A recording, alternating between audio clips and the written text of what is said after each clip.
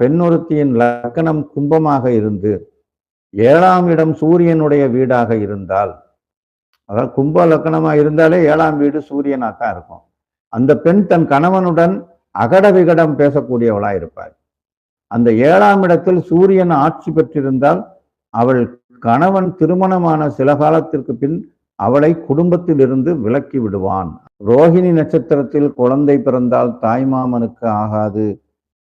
அதே போல் தேய்பிறை மூல நட்சத்திரத்தில் பிறந்த பெண் மாமனாருக்கு தோஷத்தை கொடுப்பாள்.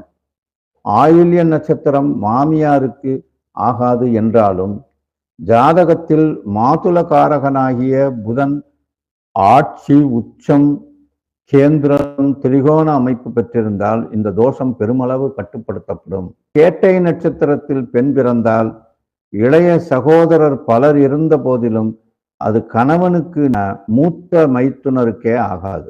அதாவது இந்த கேட்டை நட்சத்திரத்துல பிறந்த பெண் திருமணம் பண்ணா அந்த பையனுக்கு மூத்த அண்ணன் இருந்தா அவருக்கு தான் அது பாதிப்பை கொடுக்குமா.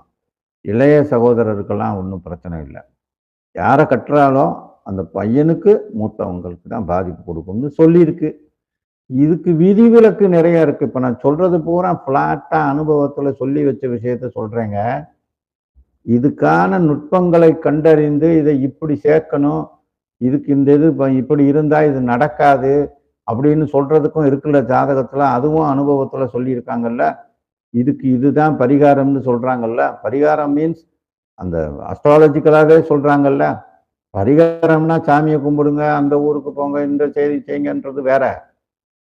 நுட்பங்கள் நிறைய இருக்கு. அந்த நுட்பங்களை ஆராய்ந்து அதை செஞ்சோம்னா அது நிவர்த்தி இருக்கு. அதுக்கே நிவர்த்தி அமைப்பும் இருக்கு. ஒரு ஒரு ஒரு பேட் அமைப்புக்கு ஒரு குட் அமைப்பை நம்ம ஏற்படுத்திக்கலாம். அதுக்கு அந்த அந்த நுட்பம் தெரிஞ்சிருந்தா செய்யலாம்னு அர்த்தம்.